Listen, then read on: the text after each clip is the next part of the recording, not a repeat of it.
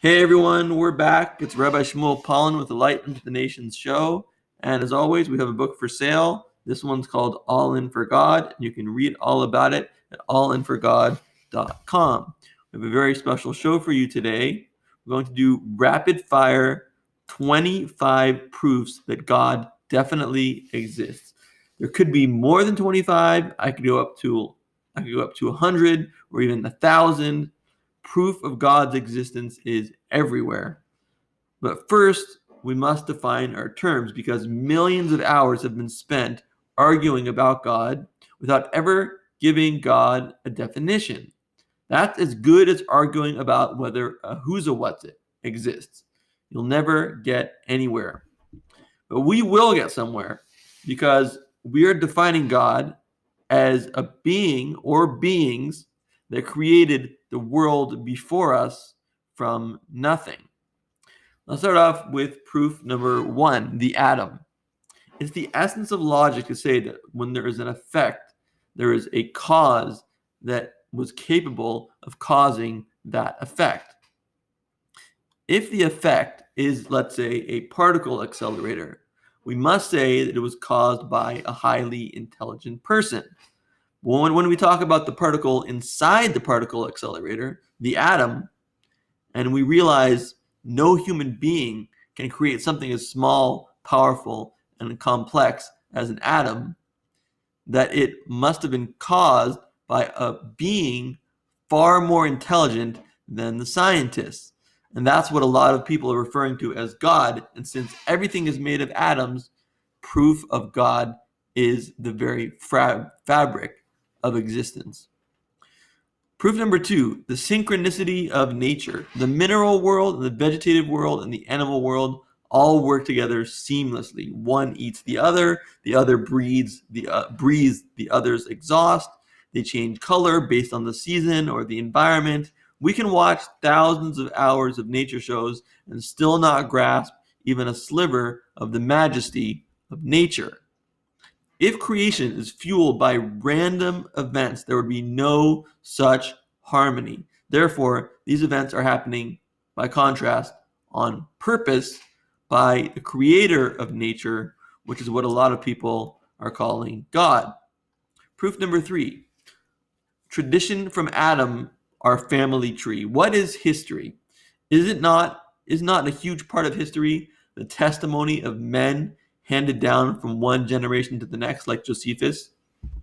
What is genealogy? Is it not the science of being able to trace back our lineage to the Bible and therefore ultimately to the first man? And aren't the stories surrounding these human beings also part of genealogy? Well, our historic record that's been handed down by the Jews, aka the 3 million strong witness nation, is that the Bible is a true revelation from God. That revelation tells us a lot of history, and among that history is that Adam was the first man. And since stories surrounding genealogy are also part of genealogy, we must say the account of the Bible that God created Adam is true. This is a part of all of our family trees. If you trace back your lineage, if you're able to trace it back far enough, you will wind up tracing it back to the Bible, which will trace it back to Adam, which will trace it back to God. So God is part of your family tree. We have a tradition from Sinai. Number four, the more consistent eyewitnesses you have to an event, the more likely it is that it happened. If that's the case, the most well-proven event in history is the revelation of God at the giving of the Bible on the 6th of the Hebrew month of Sivan on the year 1313 from creation in front of 2.5 million Jews. Even today, you can ask any Jew's grandfather or great-grandfather whether he believed in the revelation at Sinai, and they will tell you that they do. And that's probably because it actually happened. Your DNA. Your DNA could stretch from the earth to the sun and back 600 times. And we're all 99.9% alike. And the human genome contains 3 billion base pairs of DNA. Did DNA, with all the above qualities, just evolve on its own? The suggestion is ludicrous. It is far more plausible that DNA came about by way of a being that's more intelligent and more precise than any human being alive today or ever.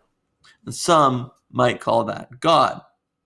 Number 6, the planets revolving, the prime mover. The planets are moving. We can all see that. Anything moving has a mover. So what was the mover? The Big Bang? Well, what was the mover for the Big Bang? The atheist is forced to say, against logic, that there isn't a need for a prime mover of the material of the Big Bang. The believer rightly says there is a prime mover, which itself did not need to be moved. That's really the only logical way to explain this situation we have in front of us, a situation in which trillions of galaxies down to Earth itself are all in motion. Incidentally, this is the way that Aristotle, one of the greatest minds in history, believed. Number 7, who started the Big Bang? If all of creation was in that ball, who made that ball go boom? There must be something that preceded the universe and had the power to put all the trillion galaxies into motion. Number 8, colors. We're told that God made a rainbow after the Great Flood. What are the odds that rain droplets can create the exact spectrum of colors? Did that just evolve from some random events? We're talking about inanimate stuff here. We can't say it evolved. Or is it more likely that the colors were created by an artistic creator who knows the beauty of color? Were those colors inside the material of the Big Bang, I ask you? It's ludicrous to say so. Number 9, the existence of the Jew. The Byzantine Empire is gone. The Babylonian Empire is gone. The Roman Empire is gone. The Greek Empire is gone. Civilizations don't last throughout history. And all of these civilizations were more numerous and more powerful than the Jewish nation. In fact, the Jewish nation has been attacked and targeted for annihilation in almost every generation. And yet, we're still here and making a huge contribution to society, even as countries like Iran seek our destruction once again. If the existence of the Jew after the Holocaust doesn't prove that there's a God who has the chosen people, nothing will. Number 10, the creation of a baby. How does a sperm and an egg become a conscious baby who then becomes a full-fledged man or woman? There's too many questions to ask. First of all, doesn't it violate the law of conservation of mass that a human being goes from being 0 pounds to being 8 pounds to being 150 pounds? Where does all this new mass come from? Where does the consciousness come from? Was that in the Big Bang as well? Or was the consciousness, as well as the growth of the baby, given to the being because it has a consciousness of its own and has the ability to create new matter? Number 11, the universe is larger than the Big Bang material. It doesn't make sense. In a similar problem, we're told that the raw materials of the Big Bang was very small. It was in a very small ball. The universe, however, is very large. In fact, it has trillions of galaxies. No matter how dense that ball is, there is no way it's fitting inside of it a trillion galaxies. It's ludicrous. It makes more sense that a being larger than a trillion galaxies created a trillion galaxies. Some might call a being that immense God. The first combiner. Who combined everything? Who fused the electron, the neutron, and the proton? Who fused hydrogen and oxygen to make water? Who fused the 4 types of nitrogen bases, adenine, thymine, guanine, and cytosine, to make DNA? Is it logical to say they combined by random events? Or is it more logical to say they combined by purposeful events? There's no evolution to fall back on here. These are inanimate objects. These combinations were made extremely carefully by whoever did it. Someone with that level of care and precision and power at the microscopic level is what some might call God.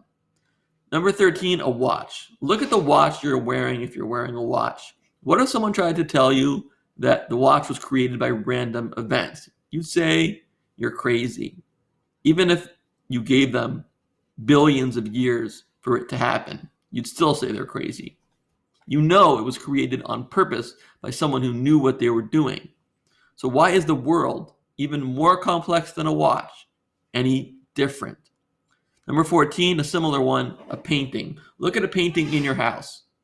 Is it more likely that that painting was done randomly, or is it more likely that it was done intentionally with great skill?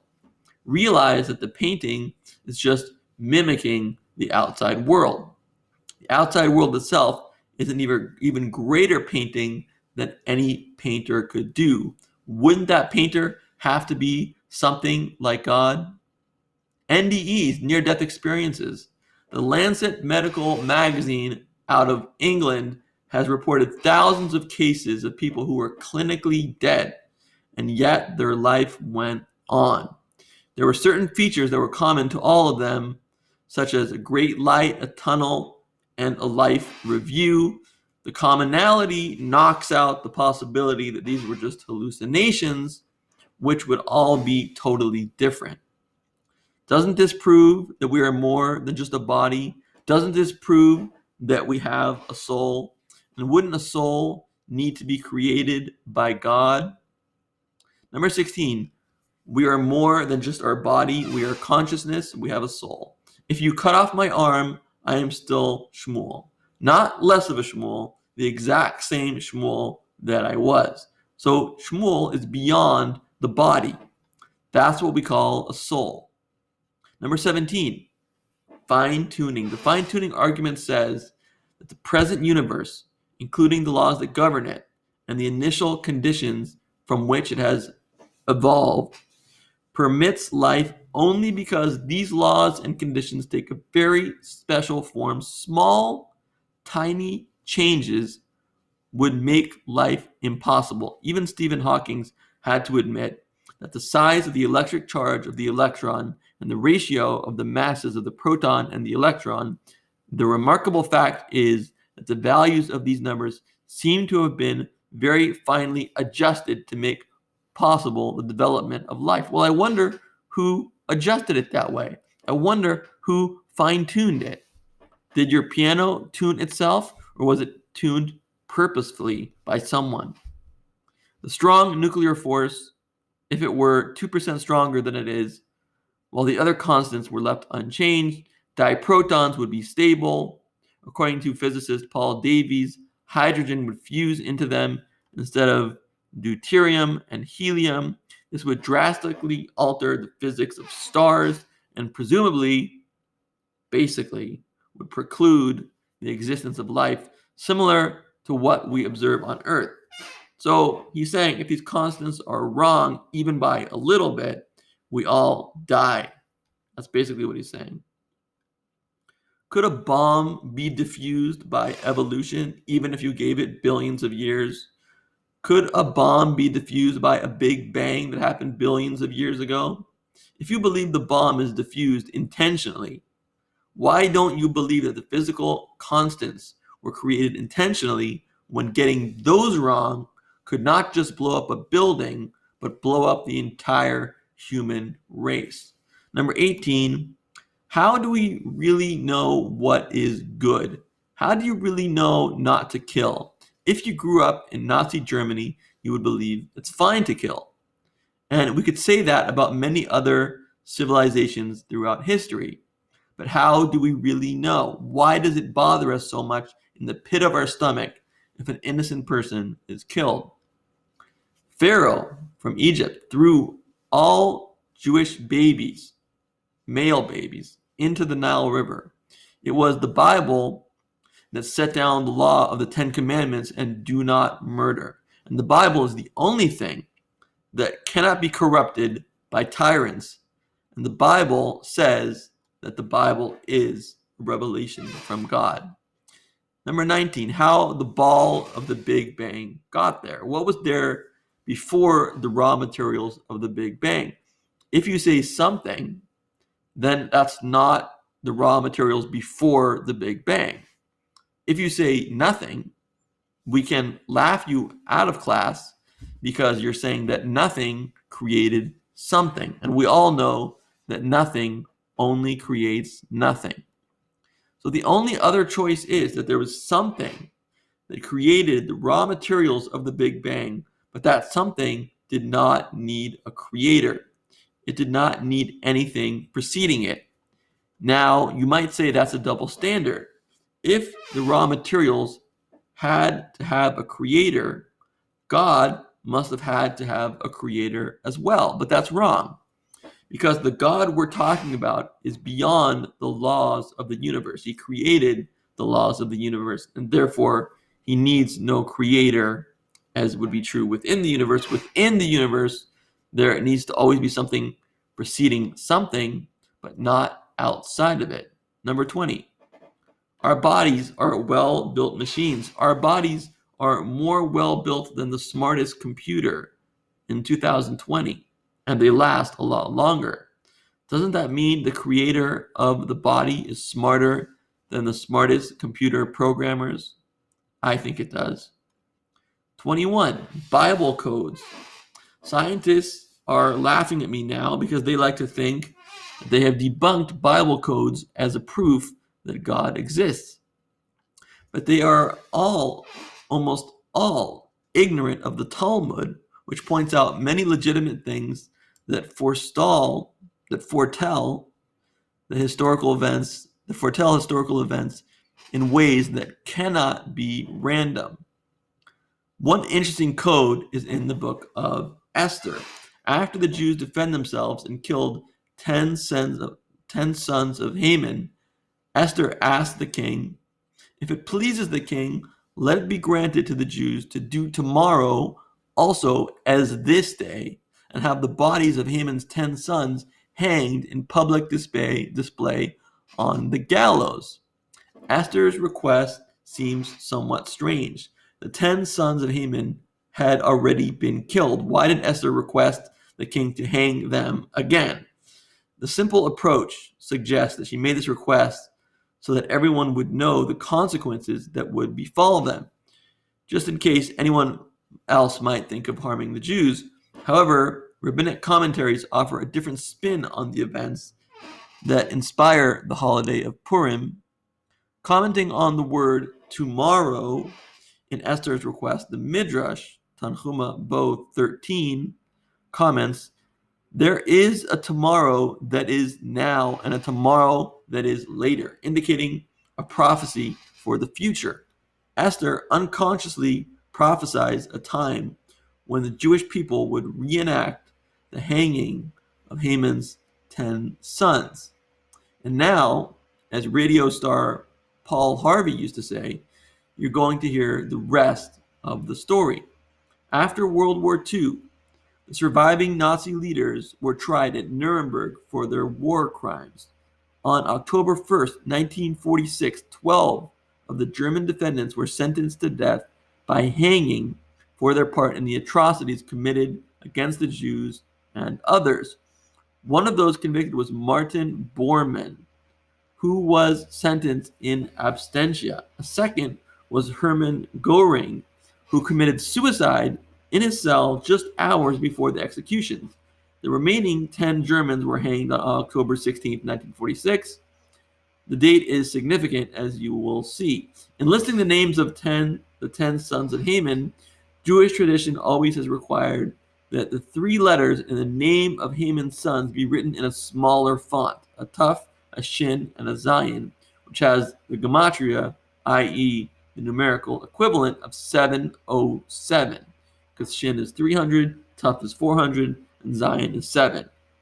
It was not known why we needed to write these 3 letters in a smaller font for millennium, but now we know.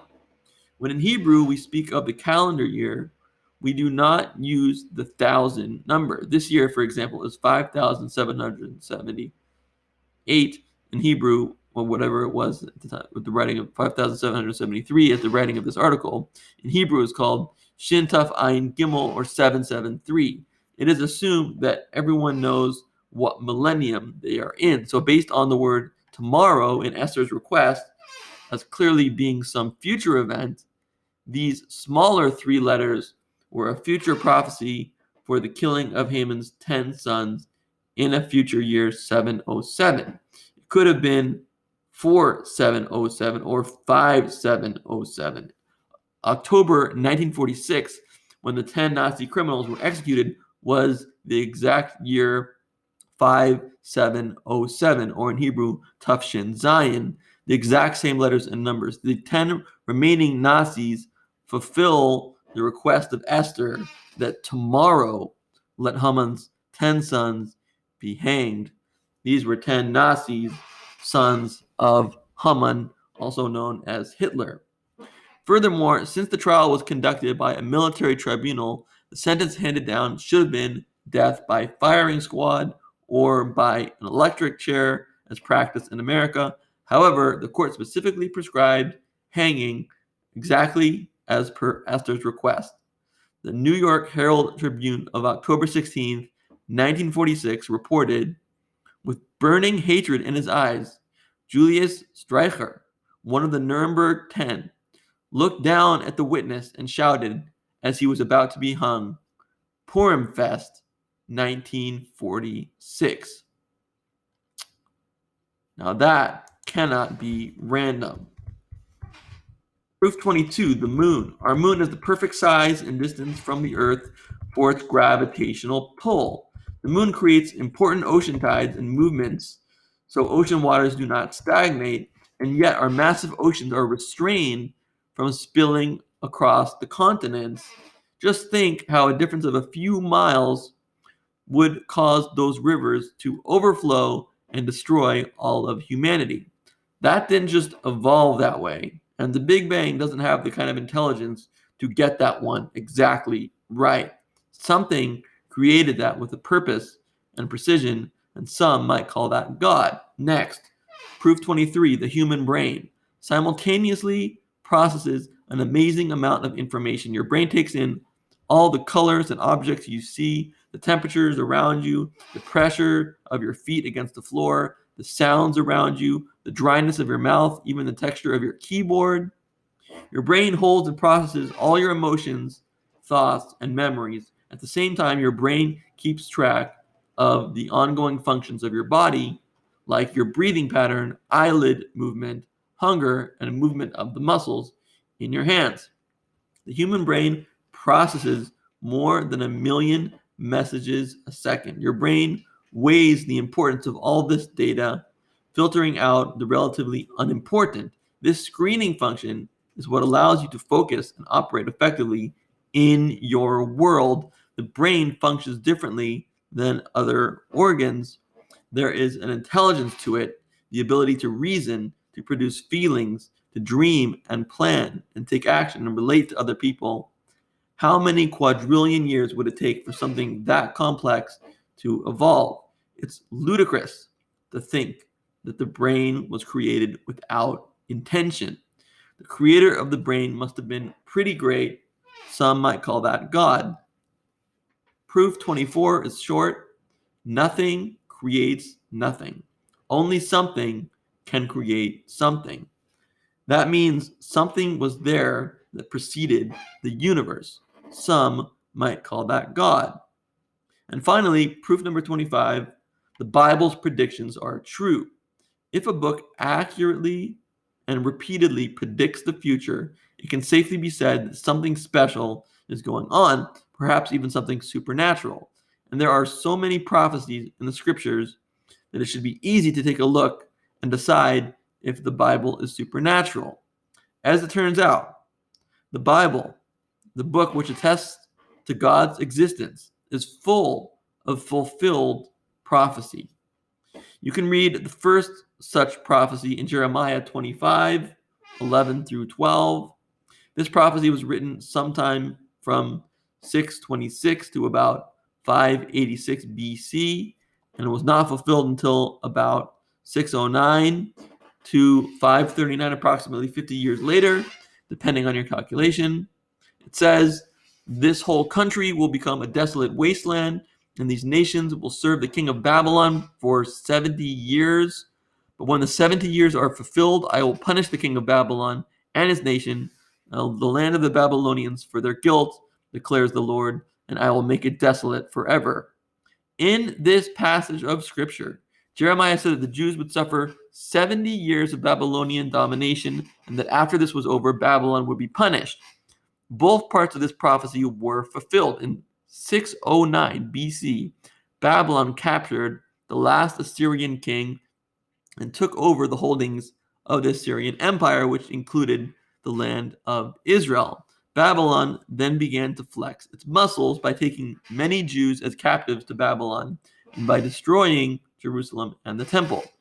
This domination of the Jews ended in 539 BC when Cyrus, a leader of Persians and Medes, conquered Babylon, bringing an end to the empire. The prophecy also had another fulfillment. The Babylonians destroyed Jerusalem's temple in 586 BC, but the Jews rebuilt it and consecrated it exactly 70 years later in 516 BC. Restoring the temple showed in a very important way that the effects of the Babylonian domination had indeed come to an end. And then in Isaiah 45:1, written perhaps between 701 and 6681 BC, you will find a prophecy that was ultimately fulfilled hundreds of years later in 539 BC. This is what the Lord says to his anointed, to Cyrus, whose right hand I take hold of, to subdue nations before him, and to strip kings of their armor, to open doors before him, so that gates will not be shut. That's what the verse says in Isaiah 45:1. In this passage, the prophet says God would open the gates of Babylon for Cyrus and his attacking army, despite Babylon's remarkable defenses, which include moats and walls that were more 70 feet thick and 300 feet high, with 250 watchtowers. Cyrus was able to enter the city and conquer it. Cyrus and his troops accomplished it by diverting the flow of the Euphrates River into a large lake basin. Cyrus was then able to march his army across the riverbed and into the city. Then Babylon's kingdom will be permanently overthrown. In Isaiah 13:19, there exists yet another prophecy that was not fulfilled until 539 BC. It says, Babylon, the jewel of kingdoms, the glory of the Babylon's pride, will be overthrown by God like Sodom and Gomorrah. Here, Isaiah tells us that Babylon would be overthrown permanently. History confirms the fact that following Cyrus's destruction of Babylon in 539 BC, it never again rose to power as an empire. You've got to remember, however, that before the time of Cyrus, Babylon had been defeated by the Assyrian Empire as well, but Babylon was able to recover and later conquer the Assyrian Empire.